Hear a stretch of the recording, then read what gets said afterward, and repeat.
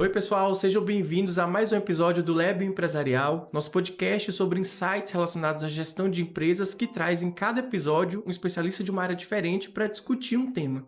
Hoje nós estamos aqui com Rafaela Barcelos, que é empresária já há muitos anos, está à frente da Forte Assistência 24 Horas e também é CEO da Virtu e Consultoria Empresarial. Eu sou Lucas Borges, advogado empresarial, e hoje nós bateremos um papo sobre cultura e comportamento organizacional. É um tema que todo mundo escuta falar sobre, todo mundo comenta.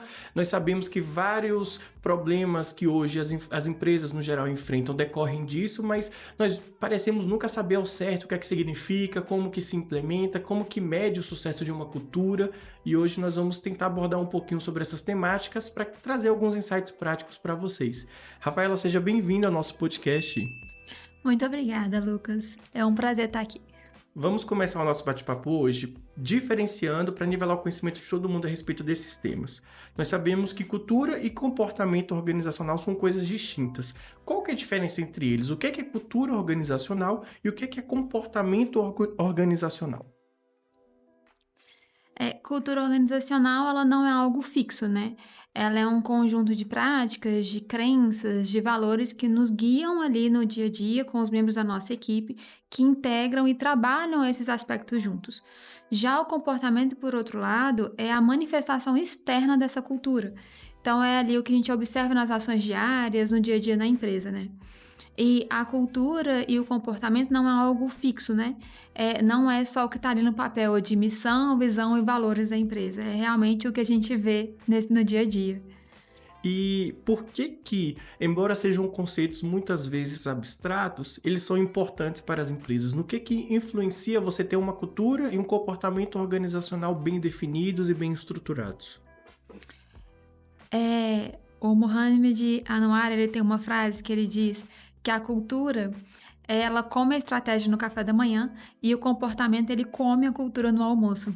E é exatamente isso, porque a gente consegue ver que através da cultura, quando a gente tem uma cultura bem estabelecida numa empresa, a gente tem essa questão, né, de um engajamento dos colaboradores, o clima organizacional da empresa, ele é melhor, a reputação da empresa no mercado também, ela é muito mais valorizada e ela cresce na estrutura muito mais. E a capacitação também de inovar e de adaptar também no mercado.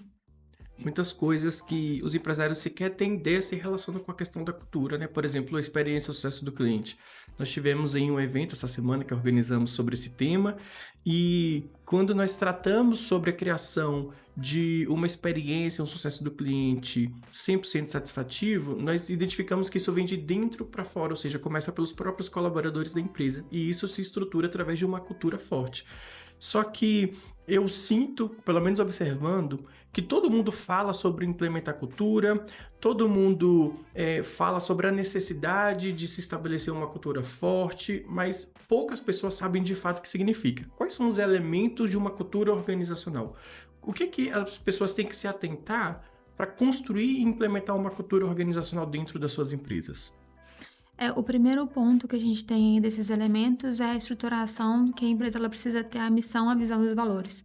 E igual a gente disse também, que isso não seja fixo ali no papel, né? Realmente sejam as crenças que todo mundo ali respira dentro da empresa, esses aspectos, porque, igual você falou do evento que a gente participou, né, que a gente elaborou, a gente tem que as crenças, elas são a expressão dessas missões, dessas visões, desses valores. Não basta você ter lá escrito na recepção maravilhoso, num quadro todo bem elaborado, e desde o seu menor cargo até o seu cargo de maior nível, né? Então, você tendo ali as lideranças, principalmente na empresa. Então, a gente tem a gestão, os líderes, supervisão, diretoria, e eles não seguindo exatamente essas crenças. Sim. Porque não tem como você querer que o seu colaborador ali base, que vai atender o seu cliente final, ele carregue essas missões, essas visões da empresa, sendo que ele não tem isso como referência. E principalmente se ele não tem de forma adequada na empresa algo que simplifique e que exemplifique isso para ele, né? Perfeito. Então, por exemplo, a gente chega em algumas empresas e a gente vê que uma das missões, assim, um dos valores e até a visão da empresa é que tenha um ambiente onde todo mundo se sinta integrado e faça parte da equipe. Okay. Aí você vai ver lá na área de descompressão, que não existe, porque é simplesmente uma mesa onde todo mundo senta e almoça, é uma mesa com micro-ondas. Então, esse colaborador, ele não tem aonde ficar na hora do almoço, ele não tem como abstrair a atenção ali do dia, então ele não se sente parte da empresa. Isso é muito comum da gente ver. E principalmente também quando a gente fala de feedback. Às vezes os feedbacks, eles chegam com uma máscara de serem feedbacks construtivos. E se você já chama um feedback de construtivo, já tá errado. Porque todo feedback que você vai dar para sua equipe, ele deve ter o cunho construtivo. Porque se não tiver, já não tá fazendo sentido. Né? O feedback é construtivo. Então, é muito comum a gente ver isso. Então, as empresas, elas têm a missão, a visão e os valores no papel. E nas crenças da empresa, no dia a dia, a gente não vê. Okay. Esse é um dos primeiros elementos e o mais importante de todos. Né? Dentro disso, a gente tem também, igual eu até comecei a falar, que é a liderança como exemplo. Okay. Então, se a gente não tiver uma liderança ali forte, engajada nesse sentido, e que ela tenha a missão de ser um líder, a gente não consegue também estabelecer uma cultura dentro da empresa. Porque se a nossa liderança ela é frágil e ela não entende o aspecto principal que aquela empresa está ali no mercado e que ela quer entregar, ele não vai ter como entregar isso para a equipe e nem engajar isso dentro da equipe. Então, a cultura ela também nunca vai ser estabelecida. O outro são esses rituais, né, e as práticas organizacionais. Muito importantes. Que são as reuniões, o onboard quando você recebe um novo colaborador, né? É você ter ali essa celebração de conquistas, ter de forma relevante os destaques da empresa. Então, é você ter metas e gratificações por essas metas, né? É de você realmente levar em consideração que o seu colaborador, ele deu o melhor dele e por isso ele alcançou aquela meta. Porque nós também não podemos colocar nas empresas metas fáceis. Porque senão todo mundo bate, perde o intuito e ela desestimula em vez de estimular. Sim. Então, as metas elas têm que ter um certo equilíbrio. Então, quando ele alcança, ele sim tem que ter o mérito que ele alcançou. Perfeito. E essa questão de comunicação interna. Dentro da cultura, o ponto, eu acho que se eu tivesse que linkar, talvez seria a comunicação. A comunicação, ela precisa ser o mais clara possível, né? Então, até fazendo aí um comparativo para exemplificar isso, quando a gente fala hoje em dia da IA. Então, quando a gente vai pedir ajuda lá ao ChatGPT, entre outros, a gente descreve e escreve muito bem o que a gente quer, detalhadíssimo. E quando ele não entende dar uma coisa diferente pra gente, a gente não fica bravo. Você volta lá e descreve tudo novamente, mais detalhado ainda, até que ele entenda e te responda. Nós assumimos a responsabilidade por não ter explicado corretamente. Sim. E você não fica bravo por não ter explicado, porque você sabe, se você ficar, você não vai ter a resposta que você quer. Sim. Só que quando a gente vira isso para a empresa e vira isso para o nosso colaborador, ninguém pensa nisso. São palavras muito duras, né, e muito negativas, que não são construtivas. Então, que ela só reforça ali, naquele momento, que o colaborador ele não foi possível, não foi capaz, que ele não deu conta, que ele não é bom o suficiente, e aí vem palavras mais pesadas junto a isso, né? Sim. Mas não a questão de assumir a responsabilidade e assumir a vulnerabilidade que o líder ele tem que demonstrar, ele tem que ter, de que ele não foi capaz que aquele colaborador entendesse.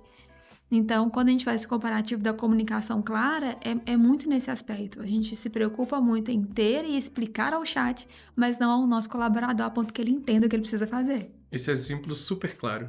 Você comentou alguma coisa sobre práticas organizacionais no geral, né? No dia a dia, você implementar práticas no cotidiano da empresa que levem essa cultura para frente, porque a cultura não é só você definir uma vez e esperar que ela reverbere. É você praticar todos os dias e implementar, porque é um trabalho contínuo.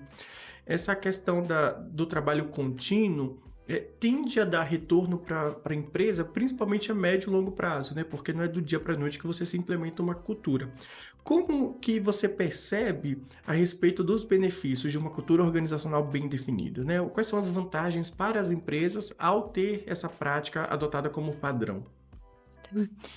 Até em relação às práticas, voltando um pouco, eu acho que uma das que reforçam muito, infelizmente, né? Infelizmente para alguns.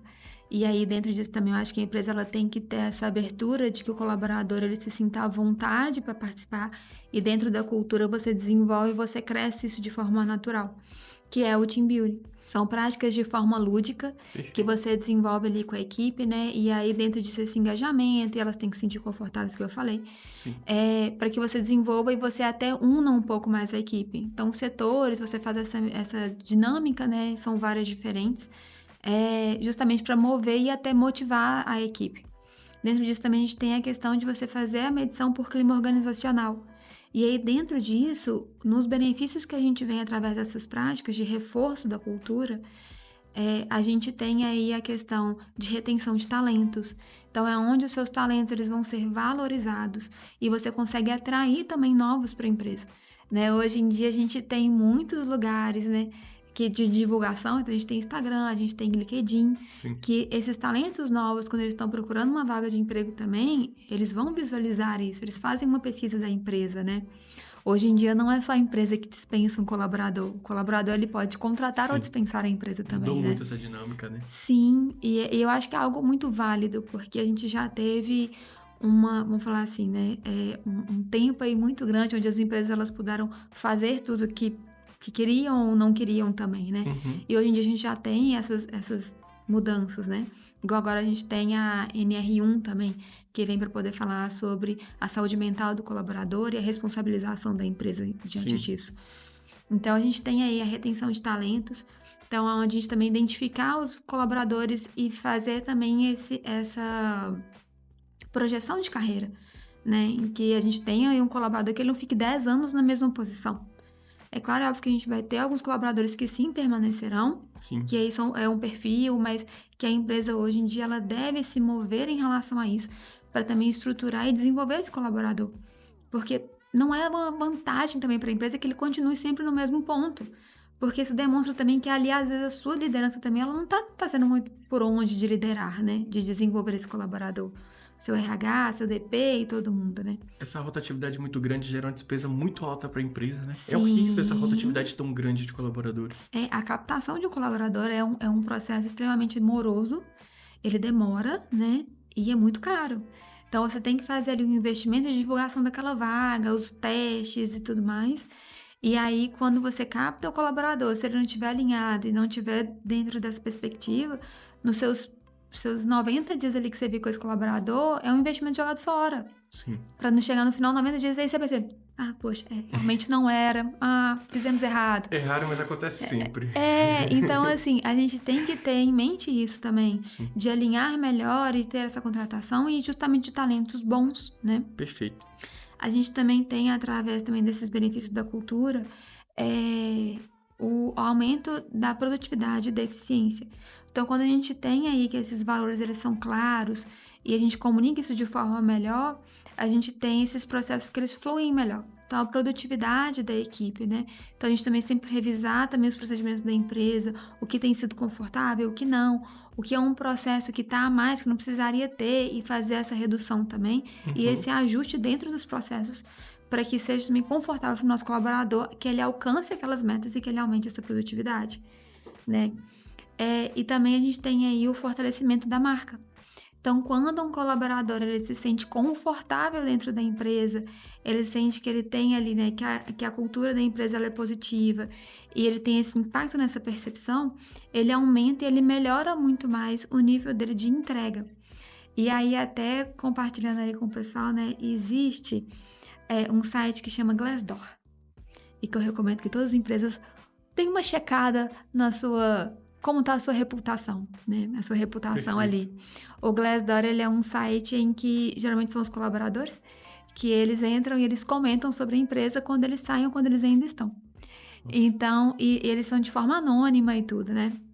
Então, você consegue ver a percepção dos colaboradores que já passaram pela sua empresa e que ainda estão na sua empresa.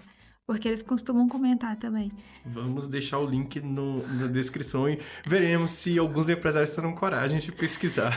Tem que ter coragem, porque às vezes a gente vê coisas que a gente não tinha ideia. Sim. Né? Mas faz parte, né? Se você também não tiver a conta lá, não quer dizer muita coisa. Só quer dizer que às vezes as pessoas não engajaram o suficiente nem pra falar nem positivo nem negativo. Ok, tá no limbo. Tá no limbo. Não necessariamente isso também é bom. Mas é melhor você ter o retorno, né, do que não ter. Exatamente. E para o empresário que ouviu, colheu insights práticos sobre essa questão que você disse, principalmente sobre as práticas organizacionais, e ele deseja implementar isso na empresa dele. Eu acho que o primeiro passo, um passo importante, seria conhecer, né? Conhecer o cenário atual, o contexto da empresa, a própria cultura que existe, se é positivo, se é negativo, enfim, medir esse cenário dentro da empresa para definir o que implementar, quando, como, etc. Quais são as ferramentas, quais são os meios que o empresário pode utilizar para diagnosticar essa cultura na empresa dele? O que é que ele pode fazer para entender melhor sobre o cenário interno da empresa? Eu acho que vamos elencar aí 3 ferramentas, né, Ok. para facilitar. A primeira dela é o clima organizacional. Então, é uma pesquisa de satisfação que esse empresário ele vai fazer com a equipe, né, para poder medir ali o engajamento desse colaborador. Essa pesquisa ele pode fazer no Google Forms, por exemplo, que é uma plataforma gratuita, né? E aí ele pode colocar ali, a ideia é que ele seja sempre anônimo, né? Então ele não faça a identificação desse colaborador, até para que o colaborador se sinta confortável em responder, para que ele não sinta que ele está sendo caçado ou algo Né? coagido, algo nesse sentido. E aí ali ele vai pegar esses feedbacks tanto de aspectos organizacionais da empresa, de ambiente, de liderança, de pares, né, sobre... E é legal também que você deixe ali uma caixinha aberta, uma observação, para que o colaborador coloque a necessidade dele. Porque não Perfeito. necessariamente nós conseguiríamos sempre entender a necessidade de cada colaborador. Às Então vezes é na legal. caixinha fechada, né? Sim. Uma vez eu fiz isso e teve uma colaboradora, nossa, que ela pediu um banco no sol. E a gente nunca tinha pensado, tipo, um banco no sol? Um banquinho pra sentar na hora do café, pegar um solzinho? Não Sim. tinha pensado. Uhum. E aí isso foi bem legal, porque no nosso formulário não tinha essa opção. Você deseja Tinha um banco do vários- sol, sim ou não? Sim, tinham várias outras, mas aí tinha essa e foi bem legal. E aí depois, conversando com a equipe, a gente viu que várias pessoas gostariam, mas não tiveram coragem de colocar só ela colocou. Perfeito. Então, assim, eu acho que a pesquisa de clima, ela vem muito nesse sentido, de você ter esse feedback e de você fazer essa construção, que ela seja um pouco mais leve, né? Para que todo mundo se sinta à vontade de falar. Ok. E aí a gente consegue desenvolver em plataformas que são gratuitas. Outra é a análise comportamental e as práticas em relação a isso. E aí ali você vai ver o que motiva e incentiva a equipe, né? Então, você também pode fazer uma pesquisa com tópicos, onde a gente até também fez essa lá na empresa, onde eles elencavam de 1 a 10 qual eram os aspectos ali dentro da visão, né, que o RH e que a diretoria tinha, de que talvez motivaria a equipe. E aí, sendo 1 o mais relevante para eles e 10 o menos relevante. Ok. E ali você vai conseguir medir isso dentro da média da equipe, o que cada um gostaria, né? Então, você consegue tratar isso também de forma individual com aquele colaborador, mas você consegue fazer ações ali para poder engajar mais um todo, que sejam ações mais amplas. Perfeito. Tá? Também você consegue fazer isso também em formulários que eles preencham, entreguem, ou também digital, né? Também no Google Forms, alguma coisa nesse sentido. Ok. Que até ajuda também, porque na hora de você fazer essa análise, os dados já vêm prontos, os gráficos Sintra, e tudo. Você já não tem que ficar gastando muito tempo ele poder Realmente. Otimiza. planilhar o que você colocou no papel, né? Perfeito. E os alinhamentos de valores também, né? Então, quando você tem a entrada de um colaborador novo, é muito importante que você traga e explique, exemplifique para ele quais são esses valores que a empresa carrega e tudo. E também que você faça essa reciclagem com os que estão também há muito tempo na empresa. Então, às vezes a gente tem, igual eu falei, né, os colaboradores que estão há muito tempo na empresa, igual há 10 anos. A gente fez uma consultoria numa empresa recente agora, que ela tinha uma colaboradora que estava há 10 anos na empresa, e aí ela nunca prestou atenção na missão, visão e valor. Ela teve isso quando ela entrou há 10 anos atrás, e aí você tem isso ali na recepção, mas ela passa e ela não colheu. Porque tem isso também. Então, que a gente coloque em quadro de avisos para que o colaborador veja, o ideal, e existem estudos já que mostram, né, que a cada 10 dias você tem que mudar, mesmo que estejam os mesmos avisos, mas você tem que reconfigurar para que eles mudem de posição. Olha. Porque senão todo dia torna comum. Então ninguém mais lê, porque você olha, é sempre a mesma configuração, Deixa de não chama perceber, atenção. né? Sim. O ambiente, ele fica muito igual, né? Então, às vezes, também até para engajar a equipe nesse sentido, de você mudar algo no cenário onde eles estão, então, ali dentro da sua operação, dentro do seu escritório, que você faça as adaptações, assim, de decoração, alguma coisa assim, para eles terem um estímulo e voltar aquele negócio, tipo, nossa, tô num ambiente legal, tô num ambiente diferente, né? Para não ser sempre a mesma coisa. Até porque para o gestor também é muito fácil, nós falamos sobre o colaborador entrar nessa linha de estabilidade e deixar de perceber essas questões, mas para o gestor, sobretudo aquele empresário que exerce a gestão de uma forma, às vezes, sobrecarregada, apagando incêndio, é muito preso no operacional, às vezes ele também segue esse fluxo de estabilidade, nem ele percebe que já entrou numa normalidade, né, de rotina. Então, até para ele cobrar do colaborador, ele tem que se cobrar para despertar para essas questões e falar assim, o que é que eu posso fazer de diferente? Sim, e isso é até uma coisa que a gente fala muito, que é a questão de feedback, porque as pessoas têm o costume de fazerem feedbacks apenas no final do mês ou no início do mês, para poder falar do mês inteiro,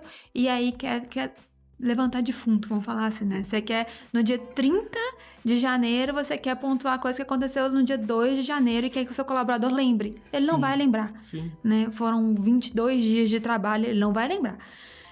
E aí, ele não vai entender aquele feedback. Então, por exemplo, uma das coisas que a gente tem adotado na empresa é que a gente tem um feedback semanal. Perfeito. Né? Claro e óbvio que dentro de cada empresa, dentro de cada equipe, você tem que ver o que vai funcionar, porque não necessariamente essa frequência vai funcionar, vai ser aplicável. Mas no nosso caso, que é uma empresa 12/36, funciona. E aí, o que a gente faz a gente levanta com eles o que foi daquela semana, tanto positivo quanto negativo. Né? E não necessariamente negativo, mas um ponto de melhora. Então, aqui nesse atendimento ou nessa situação aconteceu isso, numa próxima vamos tentar dessa forma. Então, para que ele ainda tenha aquilo claro na mente, né? Você precisa explicar para ele o porquê que aquilo também não foi uma prática vista de forma tão positiva, né? E qual é o ponto que precisa melhorar e assim seguir. E aí sim, a cada 15 dias ou no final do mês, você faz das metas do mês ou as metas do ano. E aí você apresenta como está essa evolução. O quanto ele já progrediu ou o quanto ele regrediu, né? Mas que esse feedback semanal, ele seja desses pontos de melhoria. Porque quando chega lá no final, se ele não alcança a meta, ele sabe por que ele não alcançou. Porque você estava ali acompanhando e fazendo o seu papel de liderança, que é guiar, que é instruir, que é melhorar aquele colaborador, né? Evoluir com ele. Sim, perfeito. E para a pessoa que fez essa análise interna, né, do clima, todos esses feedbacks, estruturou e mapeou esses dados e deseja agora implementar. Nós sabemos que o processo de implementação de uma cultura, né, dos comportamentos organizacionais é complexa, mas tem algum passo a passo, tem alguma questão que eles possam seguir para implementar, ainda que minimamente nas empresas, essa cultura organizacional? Acho que sim, eu acho que o primeiro deles é esse, né? Se você fez essa análise, você precisa tratar esses dados. Okay. Então, você identificar através desses formulários, dessas pesquisas que você fez com a equipe, o que é que você tem ali que você absorve, tanto de positivo quanto o que veio de negativo, para que você tenha uma melhora. Então, é você observar se esses dados, eles corroboram com a missão, com os visões, com a missão, com a visão e com os valores da empresa, né? E que você reformule isso. Porque às vezes tá claro na sua cabeça como gestor, mas na prática cotidiana tá totalmente diferente, né? Como isso reverbera na empresa. Às vezes até você como gestor, você tem isso, você fala isso, mas você não pratica isso. Então, se você como gestor não pratica, não vai adiantar que você cobre da sua liderança, que você cobre do seu colaborador, que você cobre de todos na empresa, se você não é. Né? Então, eu recentemente gravei um Reels lá no meu Instagram que eu falei isso, que o líder, ele não é sobre cargo, ele é sobre ser. Então, se você prega algo que você não é, ele se torna insustentável. Então, ele influencia, né? Sim. Então, não tem como você ser ali o líder, um guia para aquela equipe, se você não é. Perfeito. Então, você precisa analisar esses dados, ver, né, e ajustar se esses valores definidos, eles estão indo de acordo, senão que você reformule ele. E aí, você envolva a equipe. Então, você traga a sua liderança, você traga a sua equipe, que vocês façam isso em conjunto. Até porque, quando a gente tem um colaborador que a gente engaja ele nesse sentido, que ele faz parte das tomadas de decisão, é claro, é óbvio que dentro de cada um no seu nível hierárquico, né? Mas você reforça essa cultura e esse engajamento. Eles sentem realmente que eles fazem parte e não só eles precisam ter a visão de dono. Se eles não fazem... porque se eles não participam de nada, não sei que ele tem visão de dono. Tipo, eu não posso escolher nem a cor do puff que decidiram ter, mas eu tenho que ter a Me visão de sentir pertencente, né? Não tem como, né? É Não faz verdade. sentido. E o gestor também tem uma certa flexibilidade, né? Essa questão de talvez seja necessário reavaliar os valores e afins, dele não ter isso tão rígido na cabeça dele, que se foi assim estabelecido há 10 anos atrás, que tem que permanecer. Às vezes, conseguir adaptar a empresa também para o Sim. tipo de cenário. É até você ter essa mudança de cultura, né? Que também é um dos aspectos. A gente até teve isso na Microsoft. A Microsoft antes, ela era uma empresa extremamente rígida, né? Ela era com a visão de inovação e tudo, mas ela era muito rígida. Muito tradicional, né? Sim, e aí em 2014, a Satya, ela entrou para a Microsoft, né? Ela chegou como gestora, como a CEO, e ela mudou isso lá dentro. E aí ela trouxe, né, ela implementou ali na Microsoft aquela cultura do Grow Mindset, Sim. que é, né, você ter a mentalidade de crescimento. E aí ela começou a incentivar o aprendizado contínuo, a colaboração de todo mundo. E aí dentro disso a Microsoft hoje, ela tem os resultados que ela tem e ela se tornou uma empresa referência no mercado de tecnologia justamente por isso. Porque ela reformulou essa cultura de que antes era uma coisa assim, todo mundo só vai produzir, para uma coisa que todo mundo entende o porquê está produzindo, o como produzir, onde você tem um espaço para que todo mundo colabore ali e que tragam ideias de crescimento. Faz sentido crescer, né? Sim. Igual, por exemplo, na Google você também tem isso, né? A Google, ela é uma das referências e é uma empresa em que todo mundo sonha em trabalhar pelo conceito, né, que ela tem da questão do home office, dessa liberdade, né? Sim. Do 20% do tempo, né? Então, que você tem ali 20% do tempo que os colaboradores eles podem dedicar a um projeto paralelo, a um projeto pessoal. E até dentro disso, a gente tem aí o Google Maps e o Gmail, que são justamente duas ferramentas que surgiram por necessidades paralelas, pessoais, dos colaboradores. Olha. Porque até então o Google não tinha, por exemplo, a ideia de Google Maps. Não fazia sentido para ele. Por que desenvolver um mapa, né?